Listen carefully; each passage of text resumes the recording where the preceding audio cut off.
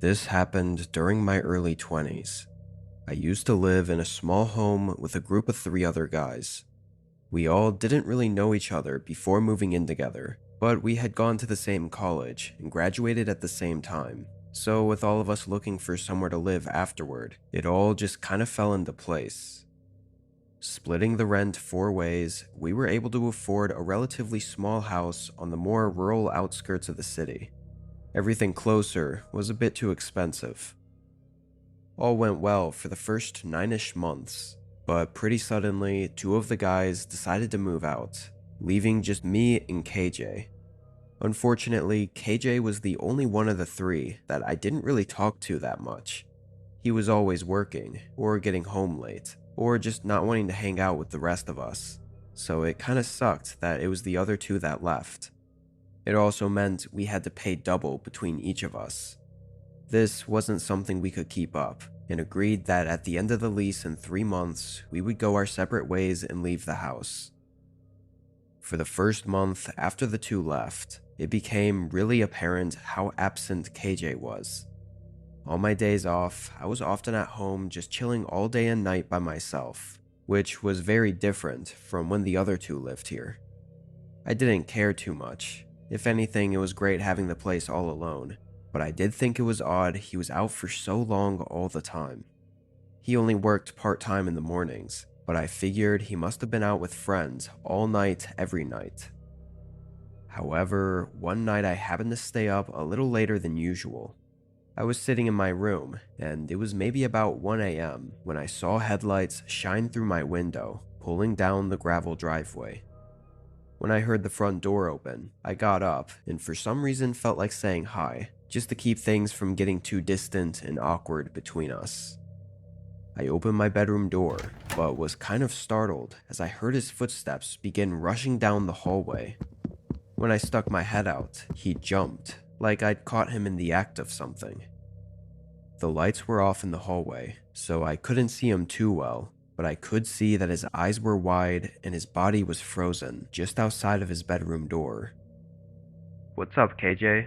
Just seeing how you're doing," I said to break the silence. The way he just stood there in the dark hallway with his wide open eyes and looked at me was kind of chilling. "I'm good." There were another few seconds of silence before I just nodded and stepped back into my room. Well, that definitely didn't help make things any less awkward between us. Why was he acting so strange, hurrying to his room and all? I didn't want to be nosy, but it kinda had me concerned. After a couple minutes, I opened my door carefully and quietly walked down the hallway. I just wanted to listen for a second as I passed by his room, and nothing more. But when I did, I heard him moving around frantically, like he was opening and closing drawers chaotically. It was so odd that I stopped walking for a second and leaned a bit closer to his door. The chaos continued, making me feel really uneasy, until it suddenly went quiet. Everything stopped, like he just froze. As the seconds started to go by, I got increasingly more uneasy and wanted to get out of that hallway. But before I could even move, the door suddenly swung open. KJ stood in the doorway with the same wide open eyes as before, staring right at me. In an effort to cover for myself, I said I was just heading to the kitchen and asked if he wanted anything. KJ quietly muttered no, then closed the door on me. It was honestly really creepy and only made me feel more like something was going on with him. I went into the kitchen to follow through with what I said, then went back to my room. He was quiet for the rest of the night. For the next probably 5 or 6 days, I found myself more attentive to what KJ was up to. I'd stay up until he got home, always feeling too uncomfortable to sleep until I knew he was in his room and up to nothing. During those days, he remained in that disturbing, almost zombie-like state that he was in that one night. His eyes grew increasingly more restless every day, and he spoke no more than a couple words, always hurrying into his room. Until one night after he got home, and as I was in bed trying to sleep, a knock came from the other side of my door. It scared me. I never heard him walk down the hallway to my room. I got up and opened the door. He had that same look with restless eyes, but had a partial smile as well. He mentioned that he just got home and thought he dropped his wallet somewhere out in the driveway as he was walking up to the door, asking if I had a flashlight and would help him find it real quick. I found it strange, like he'd never asked anyone for help before, or really to do anything with him. Although I thought it was odd and I was tired, I thought maybe this was a chance to make things better, so I grabbed a flashlight and followed him out to the driveway.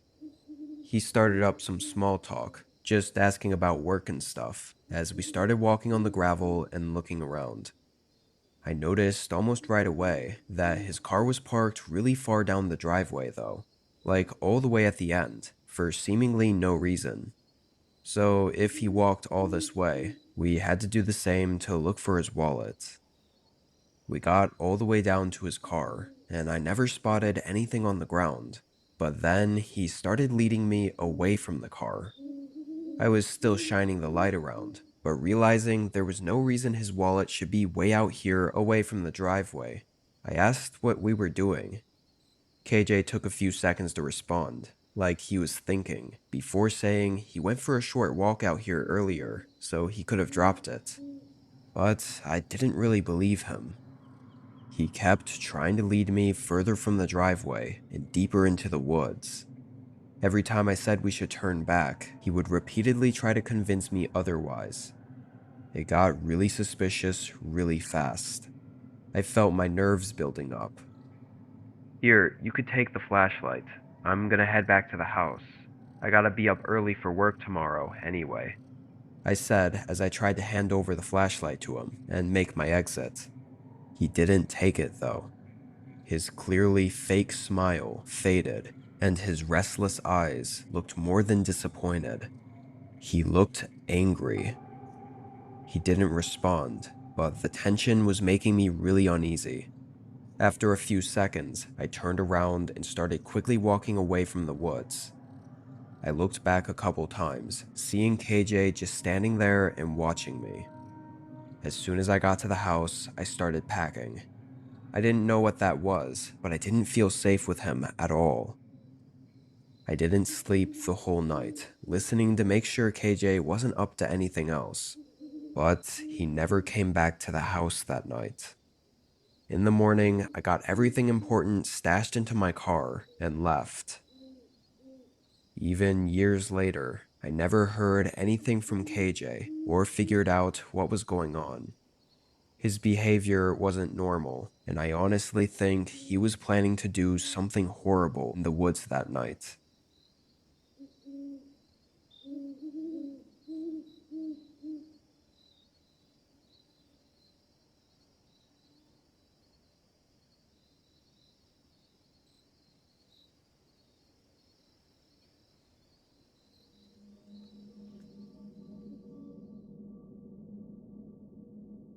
For 2 years, I lived with my college roommate, Jason, in a small house near the campus we used to go to. Despite having been roommates at college for a year before this, we still weren't the closest of friends or anything. We just both had similar plans for after college, so moving in together made sense for the time being. The first year or so went really well. We got a lot closer and enjoyed living together enough to renew the lease for another year. This happened in June, 2 months after renewing the lease. After a normal late night at work, I got home and talked to Jason for a while. Then we both called it a night and went to bed. However, in the middle of the night, I woke up to the floorboards creaking in the hallway. They were walking slowly, going toward the main area of the house. I rolled over and looked at the clock, seeing it was 3 a.m. I thought Jason was just getting some water or something. I don't know. At the moment, I didn't care either, and just went back to sleep. In the morning, I had to go to work early, so I was kind of rushing to leave, but Jason opened his door, looking tired, and asked me something I wasn't expecting. He asked what I was doing walking around the house in the middle of the night.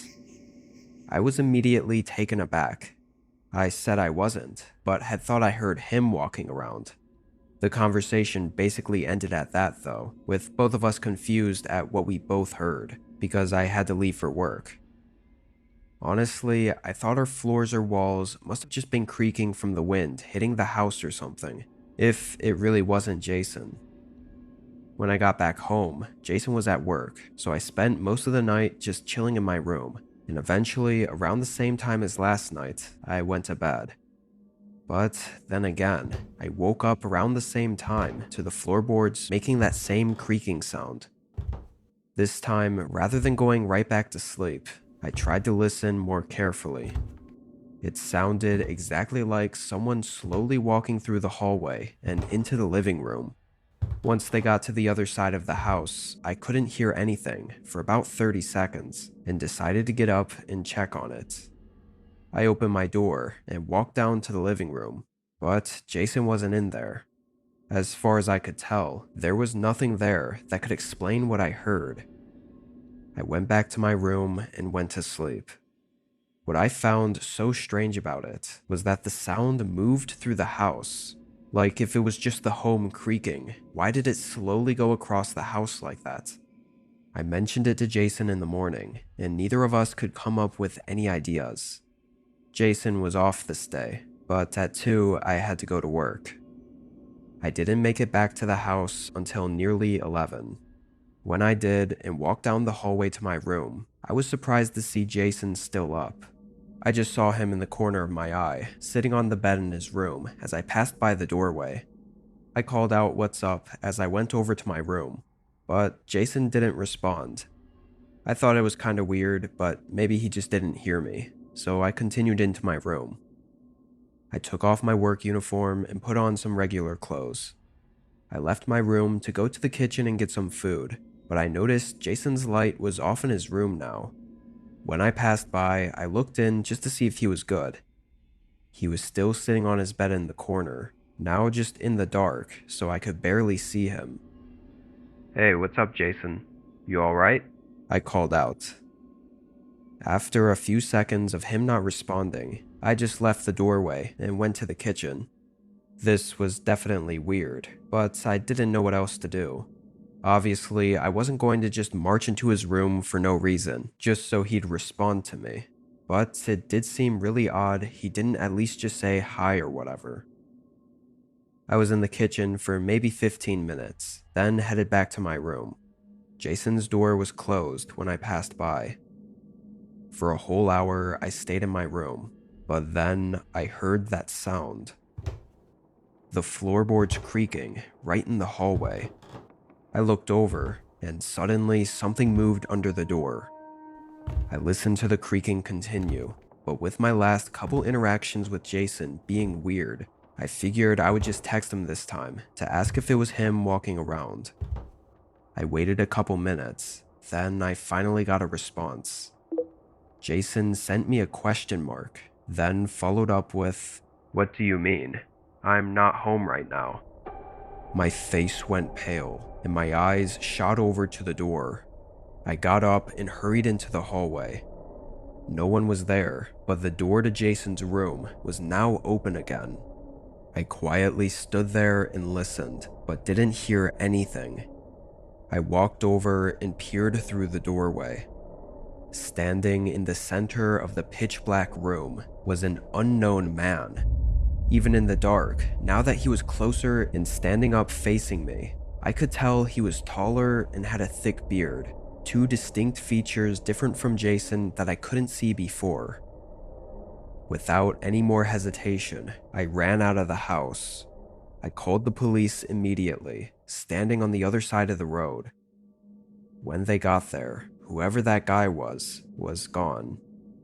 Strangely, there were no signs of where he entered or exited the house from, aside from a window that was partially unlocked, but it didn't seem to have been opened recently.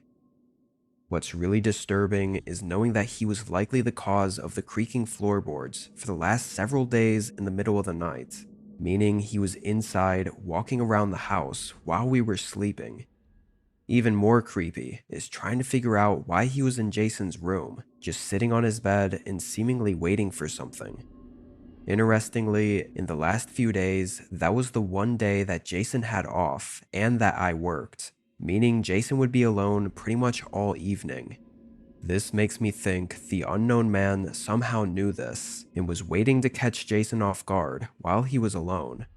This would explain why the man was in Jason's room waiting, and why he didn't do anything to me. But fortunately, Jason happened to go hang out with a friend for most of the night. Whatever the case, we probably won't ever know the man's true intentions, unless it's too late.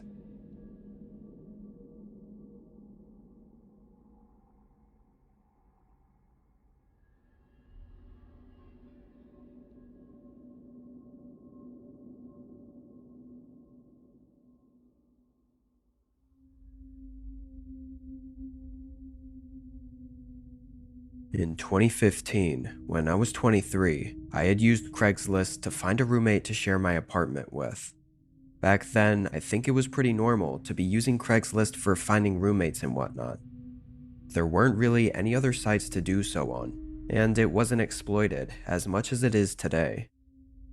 I posted a listing with some pictures of my place and made sure to specify that I was looking for a roommate preferably close to my age. After only a few days, I got a response from a woman named Hannah. She said she was also 23 and still in college, and from everything we talked about on the phone, she seemed pretty similar to me and like we might actually make good roommates. So I scheduled to have her stop by and tour the place. When she did, everything seemed great. Hannah liked the place, and we agreed on a price, and within a week she had moved in with me. I will say, I did notice that she didn't quite look her age. She was a bit taller than me, and just had a more mature, older look to her. I figured it was nothing though, that she just happened to look a bit older than her age. Anyway, the first few days went by, and we didn't really have much time to get comfortable with each other yet, as I had work and she had college and work as well. It was the 5th day after she'd moved in that I got home from work and entered the apartment around 10 p.m. As soon as I opened the door, I heard footsteps rushing through the hallway and then a door slamming closed. Confused, I dropped my bag down and went over to look down the hallway that led to both of our bedrooms. Their door was closed and the light was on in their room, but my door was open. I knew I'd closed it before leaving, so I thought that was pretty weird. I definitely wasn't comfortable with them snooping around my room, if that's what they were doing. I went in and closed the door behind me. After checking around, nothing looked out of place or like it'd been looked through, so I figured it was nothing and just went on with my night. I settled in and watched TV for a bit in my room. I didn't hear Hannah in her room at all for a whole hour, so I thought she was probably just sleeping. She'd mentioned before that she liked to go to bed early. However, while watching TV, I happened to glance at my bedroom door, just out of habit, but I noticed something weird. There was a shadow under the crack in the doorway. She was standing behind my door. She wasn't moving. How long had she been standing there for? Hannah? They still didn't move. I called out again. Hannah, are you out there? Several quiet seconds passed until the shadow slowly moved, leaving from behind the door and walking down the hallway. I heard her bedroom door slam shut behind her. That got my heart pumping for a moment. What was she doing? I locked my door after that and stayed up just a bit later than usual, but eventually went to bed. In the morning, I passed by Hannah in the kitchen and kindly brought up last night, just asking if she needed something. She smiled and said everything was good, ending the conversation right there. It was odd for sure, but I just moved on, not wanting to make things bad between us so soon into her moving in. Hannah left soon after, and a few hours later I went to work. I got home around the same time as last night, about 10:30, walking into a quiet and dark apartment. All the lights were off, even in her room, so I assumed she had already gone to bed. I quietly walked into my bedroom and closed the door, trying not to wake her. After a short FaceTime with one of my friends, I got in the shower to wind down for the night, planning to go to bed right after. While I was in there, I could have sworn I heard something from outside my room. I even lowered the water pressure for a second to listen, but not hearing anything else, I continued my shower as usual. Once I was done, I got out and dried off, but when I looked out the doorway into my room, the door to the hallway was open. I quickly got dressed and looked into the hallway. All the lights were still off, and Hannah wasn't making any noise in her room. I was honestly creeped out now. I closed the door and locked it. What's really odd is that I was almost sure that I'd unconsciously locked the door when I got home and went into my room. Obviously now, I assumed I'd just forgotten to, but definitely wasn't going to forget anymore. But why did she even open my door in the first place? Did she even open my door? The whole place was still dark and quiet, as if she never left her room and was just sleeping. What the hell was going on? I stayed up for another hour, trying to watch TV and calm down, but still pretty shaken by what was happening. I just didn't know Hannah enough to really understand any of this, or know what to do. I kept trying to convince myself it was something harmless, like she tried to come in to ask me something, but saw I was in the shower and just left. But that still doesn't explain any of the other things that have happened. After that hour, I knew I had to get some sleep, so I shut everything off, crawled into my bed, and closed my eyes.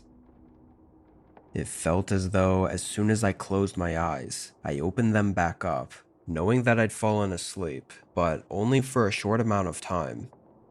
Unsure why I'd woken up, I rolled over and looked around. The room was pitch black, and the apartment was quiet. Not even any noise from the neighbors, just the silent creaking of the old building. But through the dark, I could tell that the door to my room was cracked open. Maybe just a few inches, but that didn't change how instantly terrifying it was. I knew without a doubt I'd locked it this time. And even creepier, I never heard it open. "Hannah?" I called out in a soft voice. The silence of the place almost felt like it was getting louder, making me more nervous as the seconds passed. I sat up. I was just staring at the crack in the door, focused on the darkness between it, feeling like someone was watching me through it. But as my eyes adjusted to the dark, I looked around the room again. In the corner, I could see her figure standing near my wardrobe. She didn't move or speak, just faced me and stood in the dark. As each second passed, I felt my heart beating faster and faster until she suddenly took a step forward. I still couldn't really see her well, but I could make out the general outline of her face, and she had this blank, dead stare, like she was looking through me. She took another step, then suddenly ran across the room and into the hallway. A second later, I heard her bedroom door slam shut. After a moment, I grabbed my phone and car keys, then sprinted to the front door and exited the building. I know she technically did nothing to me, but I was absolutely horrified. I didn't even want to stay in the parking lot, worried she'd run out looking for me. I drove to a nearby neighborhood and parked, then called the police, hoping to figure out what was going on with the safety of officers around. It took about 15 minutes for the police to make it to the apartment. By then, Hannah was gone, took most of her belongings and just vanished. It was then, as we tried to contact her and figure out who she was, that we realized all the information I had on her was fabricated. Even her name didn't match up, and her phone number was for a prepaid burner phone. It had no name or identity attached to it. Like I said, this was in 2015, so even a decade later, I've never heard from or seen her again. which makes me think she likely had some really disturbing intentions had I stayed roommates with her any longer. There's a lot of questions, and basically no answers. After that, I moved apartments, worried that the woman might come back when I least expect it.